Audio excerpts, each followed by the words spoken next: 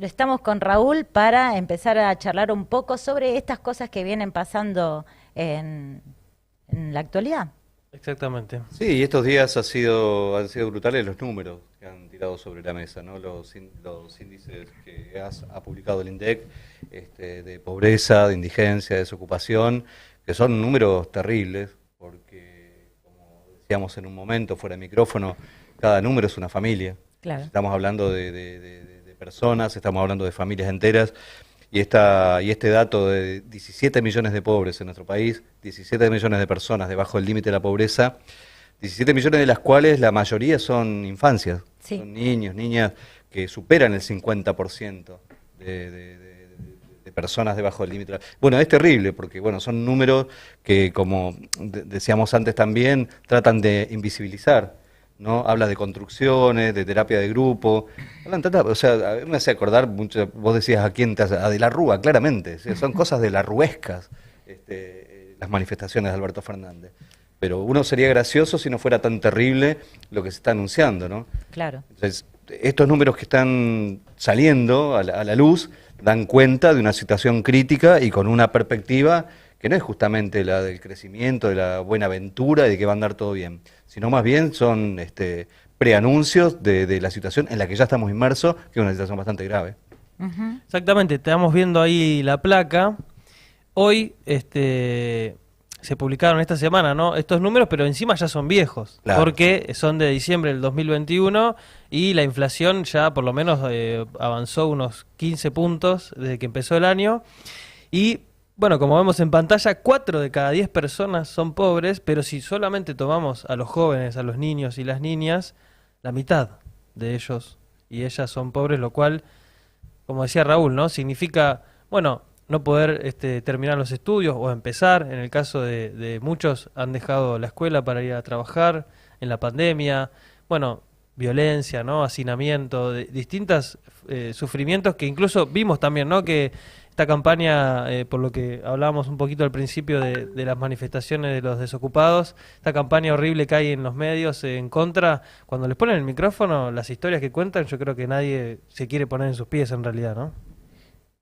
Sí, es terrible porque además frente a eso hay una campaña de estigmatización, de ponerse en polenta y ponerse digamos, con esa actitud de soberbia, de Zabaleta, de decir que si cortan no los recibo y si no cortás tampoco los recibís. ¿Hace cuánto que vienen hablando? Es decir, los recibís para chamullar.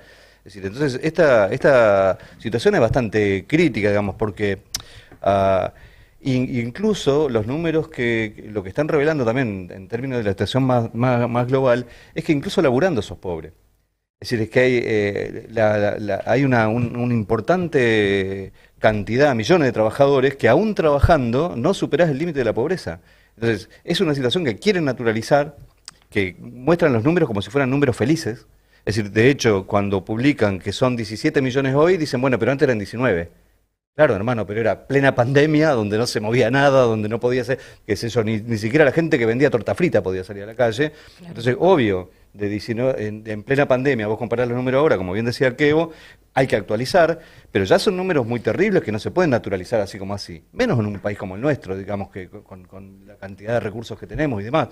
Y la situación que se vive en estos testimonios, ¿no? que uno escucha, incluso hoy era chocante que TN se ponga a la izquierda de ese 5N y esté mostrando, por ejemplo, lo que está pasando en la calle, con muchos testimonios. Después sabemos lo que son, sabemos a dónde apuntan. Ahora, los testimonios eran de la gente real. Y estas mujeres, hoy charlábamos con Katy fuera de micrófono, que le preguntaban, y decían, nosotros no podemos estudiar, no tenemos, y bueno, pero no tenés una computadora en tu casa. O sea, no tienen ni idea Claro. que esa gente no solo no tiene una computadora, que a veces tiene un teléfono para toda la familia. No, incluso hemos visto que avanzó en el macrismo y se profundizó en todo esto de que te ponen la luz con tarjeta.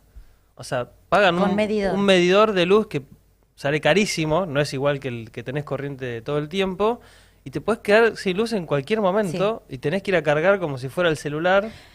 Un derecho vulnerado tras otro, ¿no? Alberto planteó que iba a llevar adelante una guerra contra la inflación, ¿no? En la cuestión de regular los precios, pero Yo o por lo menos los que estamos acá creemos que ya viene perdiendo desde hace bastante, ¿no? Ya cuando arrancó con Vicentín, y hoy ya todas esas empresas le han tomado el pulso, ¿no? De alguna manera. Vos, en base a esto, ¿qué crees, Raúl? Lo que pasa es que no se puede abordar una situación tan crítica como esta sin afectar las ganancias de los poderosos. Es imposible. O como hacen ahora, dice terapia de grupo. Estás jodiendo. Es decir, a los tipos que fueron capaces de llevar adelante un genocidio, de alentar una dictadura militar, una de las más sangrientas que tuvo nuestro país, a esas personas le decís terapia de grupo con quién. Es decir, lo que sí es terrible es que esto, lo que vale decir, es que ha sido con la connivencia de las centrales sindicales. Es decir, porque que esta situación la hayan podido implementar de esta manera es justamente hay una tradición de la burocracia sindical, de la CGT, de las distintas alas de la CTA, en distinta medida, por obra o omisión, han paralizado a los trabajadores que tenían la fuerza como para imponer una situación distinta o por lo menos frenar este tipo de avances. Entonces todo este corolario de trabajar para la corona, trabajar de nuevo para el FMI y recortar de un lado y del otro, o sostener, porque nos están matando no con rebajas salariales directas, pero la inflación te mata el salario. Es decir, están haciendo el ajuste vía la inflación. Entonces eso es lo brutal, y no es una cuestión imaginaria, como dice Alberto Fernández. Es una cuestión que como dice la gente en la calle, que es cuando va a pagar el kilo de pan, cuando pagás un kilo de tomate, 450 mangos. Es increíble. O sea, es una cosa ¿Y quién pone los precios, Raúl? Bueno, por eso yo decía al principio que no se puede afrontar una situación como esta sin tocar de la ganancia a los grandes. Bueno, acá incluso el mismo presidente hablaba de los formadores de precios, hablaba de los oligopolios, Sí. y de que hay cadenas que... Ahora, vos sos el presidente, no sos un relator de un partido ajeno, no sos un analista de la realidad. O sea, sos un tipo que debiera tomar medidas concretas. Entonces, desde este punto de vista, por ejemplo, bueno, están los números para mostrar, donde justamente los formadores de precios tienen nombre y apellido, son gente que tiene impunidad, que mientras daban estos números el INDEC de pobreza, de indigencia y demás, los números son exactamente al revés. Se han llenado de guita durante la pandemia y se la están llevando en pala hoy mismo. Ahí tenemos en pantalla los oligopolios de granos, ¿sí?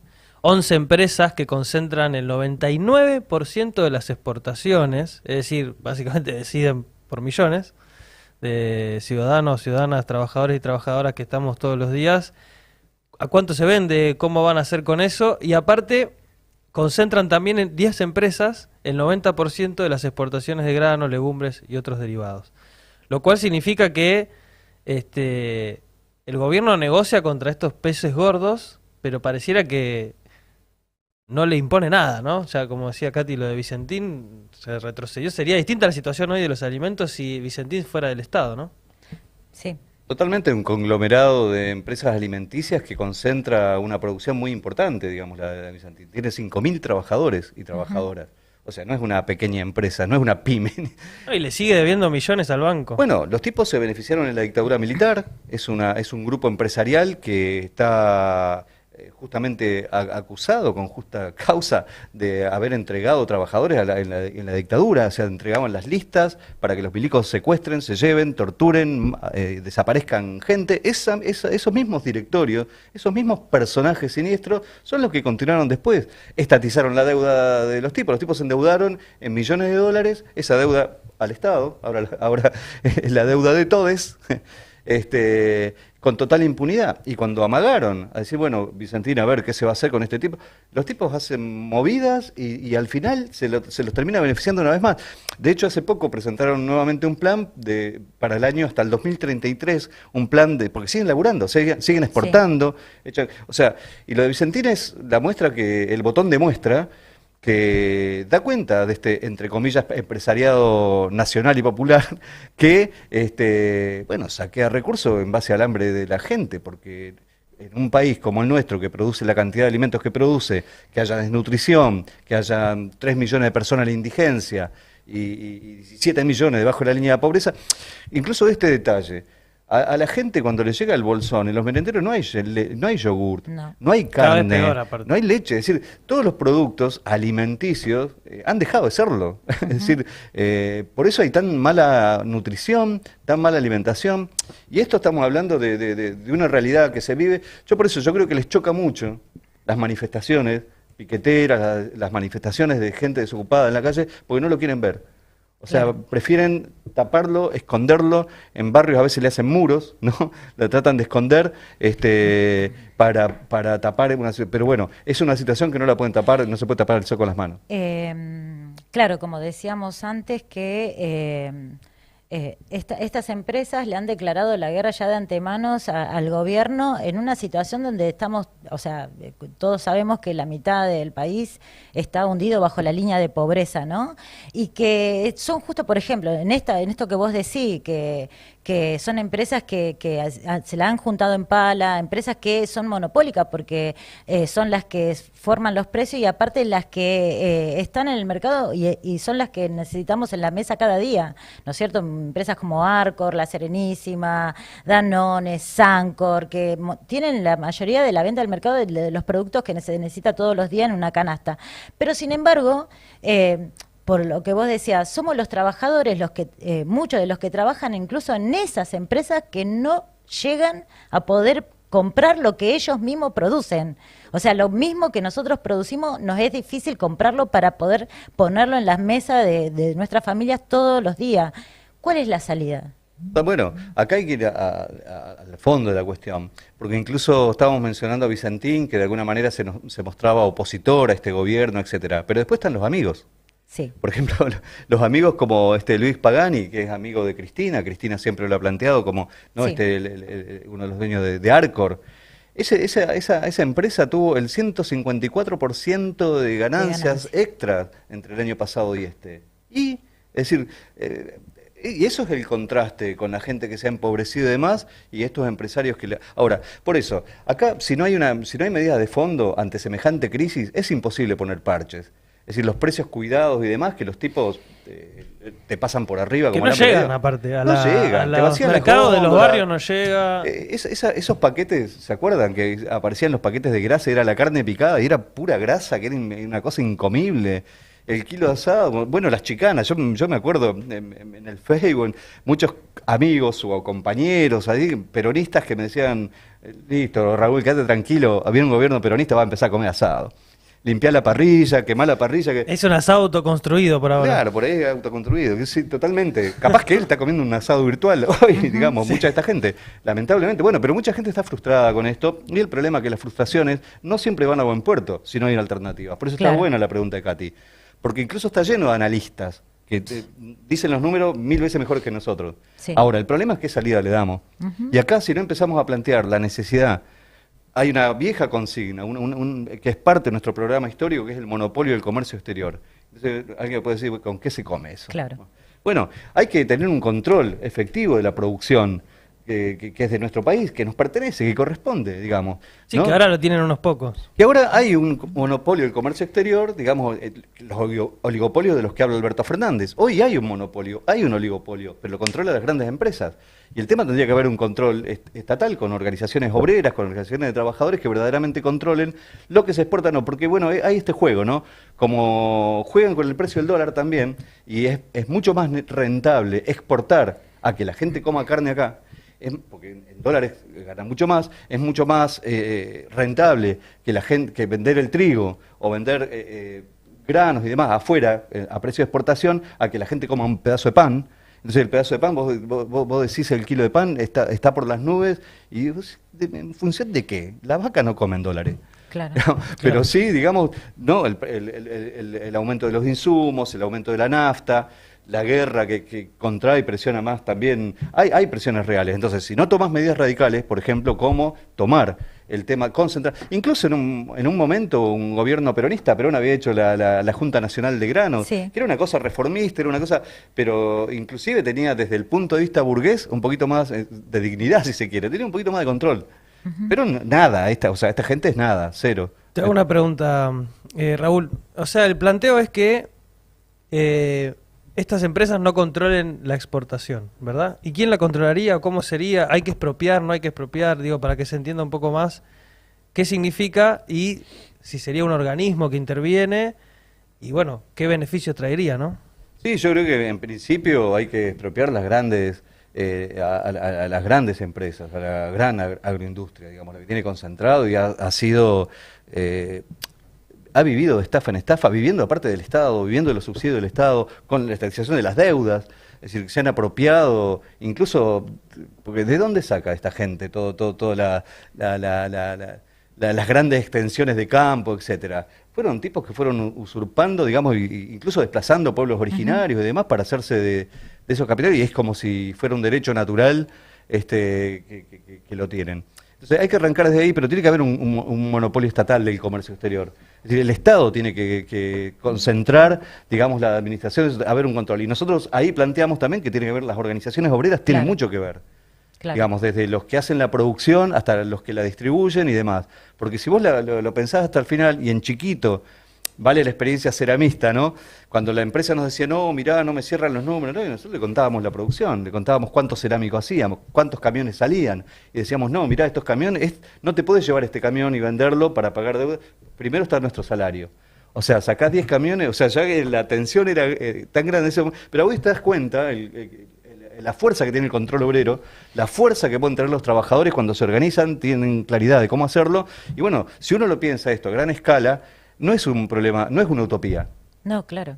Es justamente la única medida realista, porque esta gente no los puede llamar a la reflexión o a que porque esos tipos son tan dispuestos a matar para seguir manteniendo su ganancia. Bueno, ahora están en guerra en el medio de que tenemos un país totalmente empobrecido, o sea, claro, no les importa, ¿no? Y en ese sentido la expropiación tiene mucho que ver, porque nosotros en momentos de crisis, los trabajadores y sobre todo los que hemos trabajado en la industria alimenticia, no solamente hemos visto cómo nuestros sueldos no alcanzan para poder comprar esto que yo decía, lo que producimos, sino también cómo las empresas rebajan la calidad de los productos que se producen en cada una de esas empresas, y nosotros terminamos comiendo una marca y no verdaderamente un producto que valga la pena comer. Y en ese sentido también, o sea, en este sistema en el que vivimos se apropian hasta incluso de nuestro futuro. Por eso hoy tenemos generaciones que nunca van a haber vivido un trabajo que sea bueno, ¿no? Que como quien dice la mayoría de la gente, un trabajo digno, tener acceso a la educación, a la salud y todo eso, porque con el acuerdo con el FMI se estipulan décadas y décadas de generaciones que no van a poder percibir algo mejor. Entonces, en ese sentido, me parece que también plantearnos a nosotros por qué no expropiar las empresas para ponerlas al servicio contra los que lo único que están pensando es en su propia ganancia. Me parece que no hay que tener ningún prurito a la hora de que lo tenemos que decir claramente, o son ellos o somos nosotros. Sí, totalmente, sobre todo una clase que vive expropiada, como es la nuestra, claro, como es la clase obrera que vive expropiada. No, Roque Dalton lo decía en forma poética, yo denuncio la propiedad privada de privarnos de todo. Claro. Y un poco pasa por ahí la historia, si no vas al hueso con las cuestiones, no podés, porque incluso medidas tibias que han intentado imponer se han vuelto absolutamente en contra. Es decir, estos tipos no andan con vueltas, están acostumbrados, son una clase que es prepotente, que es violenta. Entonces la única forma es la autoorganización, la única forma, y es levantar un programa claro, como bien decíamos en un momento. Nosotros estamos por el aumento general de salarios, por salarios igual a la canasta familiar, por el reparto de las horas de trabajo. Sí, sí. Digamos, la campaña por las 6 horas no es una utopía, es cuestión de relación de fuerza. Es decir, tenemos que, o sea, tiene que estar inscripto nuestro... Porque si no, ¿qué solución también para estos 17 millones de personas debajo del límite de la pobreza, la cantidad de desocupación que hay? Claro. O de estos ocupados pobres. No da. Sí. No, incluso Alberto dice, vamos a iniciar la guerra contra la inflación. No hace nada, durante 3 días aumentan los precios. O sea, no tenés ninguna propuesta porque... No peleemos más, por favor. Después hace una conferencia y no anuncia casi ninguna medida hasta el otro día que el ministro... Un desastre realmente. Todo esto también, ¿no? Que este presidente meme, ¿no? Como se dice que tenemos, realmente lo que muestra es que no hay propuestas. O sea... Más allá de distintas intervenciones en la televisión o publicidades que hemos visto, el resultado de la campaña última de ellos me parece que es claro de que muestra que no hay realmente una propuesta para poder salir de esta crisis. Y bueno, nosotros acá podemos debatir, ¿no? Por eso tenemos este espacio.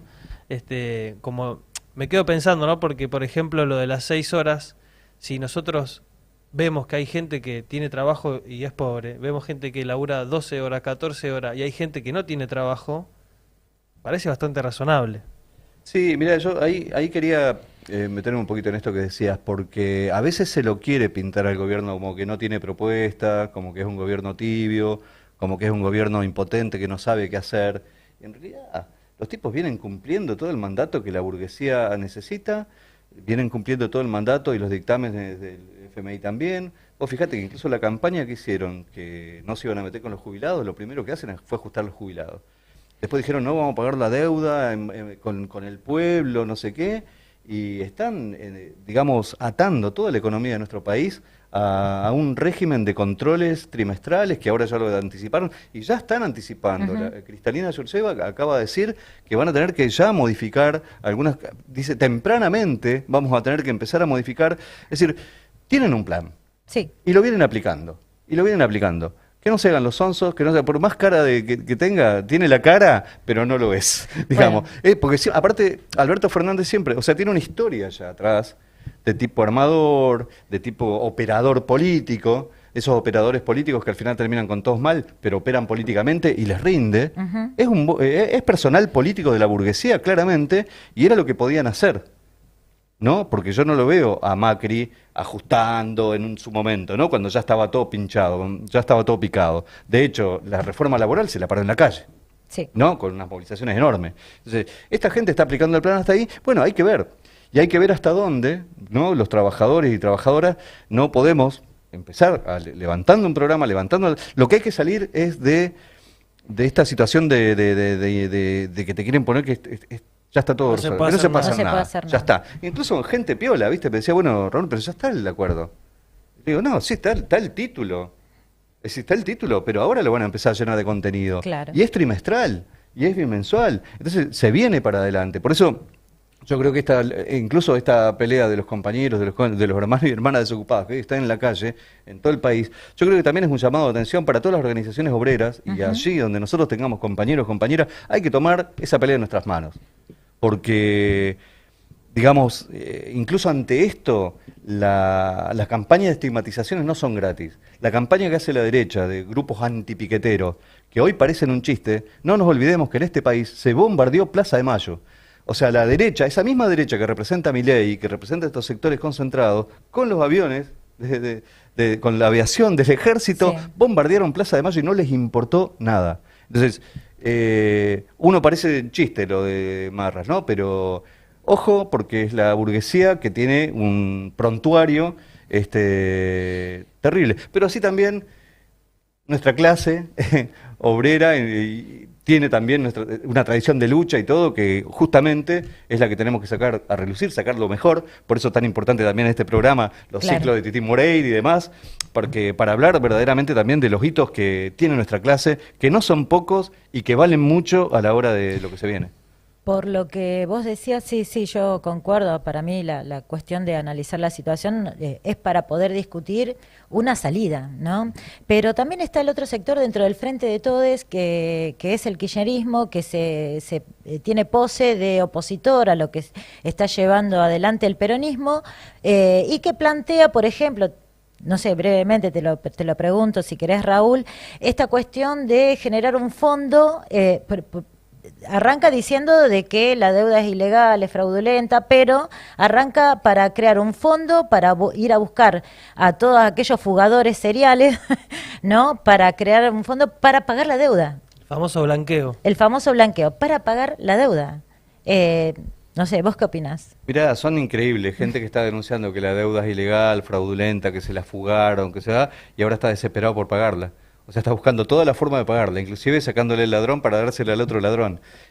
En realidad, mirá cómo sí se podía cuestionar a los fugadores, mirá cómo sí se podía discutir y decir que se investigue y que se traigan toda la guita fugada. Ahora vos la tenés que traer justamente para generar trabajo genuino, para invertir en educación, para invertir en salud, para invertir en obra pública. O sea, porque acá y acá se repite esta historia, ¿no? Son muy blanditos con el poder económico concentrado y se ponen ásperos con la gente. Es decir, yo no me olvido más del desalojo en Guernica, de la cantidad de familias que sacaron a palos y a tiros para construir canchas de golf y para hacer barrios privados, para hacer country. No me jodas, o sea, entonces, digamos, esta misma gente es la que, bueno, después te dice que no se puede, que no hay relación de fuerza, ¿no? El santorismo, ¿no? El tipo que siempre vive llorando en la relación de fuerza. Es otro personaje, ¿no? Nunca explica cómo construirla. No, obvio, no, siempre llora, es el típico llorón.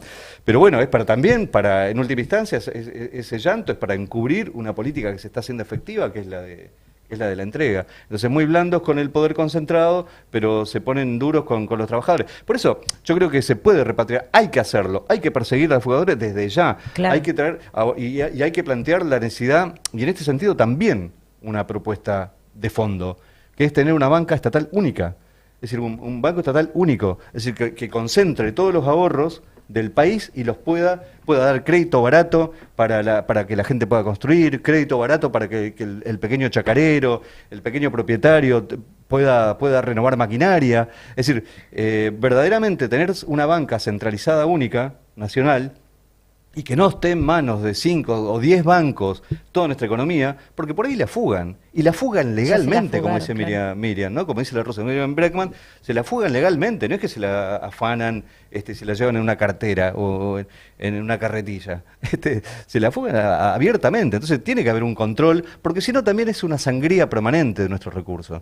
Y yo te digo, vengo de Neuquén, de la provincia de Vaca Muerta, donde la fuga es permanente, ¿no? O sea, y de hace mucho tiempo, y no solo de gas y de petróleo, es la fuga de divisas, digamos, y de recursos, y bueno, entonces yo creo que la necesidad de una banca estatal única. De un banco, esto beneficiaría incluso a los pequeños comerciantes. Totalmente, y a los pequeños ahorristas, es decir, cuidarle verdaderamente los ahorros, porque de la otra manera, vos fíjate, mira, ahora se puso de moda, después de que no lo nombraban y decían que traía mala suerte nombrar a Menem, ahora todos nombran a Menem.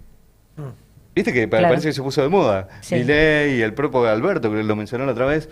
Y entonces Menem, Cavallo, y qué sé yo, a mí me hace acordar todo el desastre, incluyendo el corralito, que le afanó todos los ahorros a un montón de gente que tenía el manguito ahorrado. Ese es Milei. Cavallo, perdón. Menem, perdón. No sé, ¿me entendés que es parte de lo mismo? Y los tipos dicen que fue uno de los mejores gobiernos. Entonces hay que hablar claro. Y yo creo que para eso intentamos desmenuzar acá la historia, ¿no? Tirar las cosas arriba de la mesa y hablar claro y sobre todo también generar propuesta, que esa es la que va. Bueno, esta fue la columna con Raúl. Raúl, un gusto que estés acá con nosotros, acompañándonos en este programa. Tenemos un montón de saludos. Ah, bueno, qué bien, pero yo quiero hacer uno también. Sí, tengo por varios, favor. Desde Neuquén. Imagino, primer programa. Ya se relajó, No, pero sobre todo quiero saludar a los compañeros y compañeras universitarias que están dando una pelea enorme en cada una de las facultades, en todas las universidades públicas de este país. Defender la universidad pública es una bandera re fuerte, de la izquierda lo hemos hecho siempre. Nuestros compañeros y compañeras de Enclave Roja que están batallando. Y porque es muy importante también que en la universidad haya una corriente de estudiantes, de intelectuales y demás que tomen y asuman la causa de la clase obrera como la única clase que puede dar una salida progresiva a esta sociedad. Esa hermandad que la vivimos intensamente en la lucha ceramista, pero se vivió intensamente en Guernica, en Lear, en cada una de nuestras peleas que hemos dado. Entonces yo quiero, mandarles toda la fuerza, como dirían mis hermanos mapuches allá, mucho Nehuen, a todos los compañeros y compañeras que están dando esa pelea en la universidad, porque la verdad los necesitamos. Totalmente. La clase obrera necesita aliados en el movimiento estudiantil y vale mucho esa pelea. Así que toda la fuerza y ahí a pelear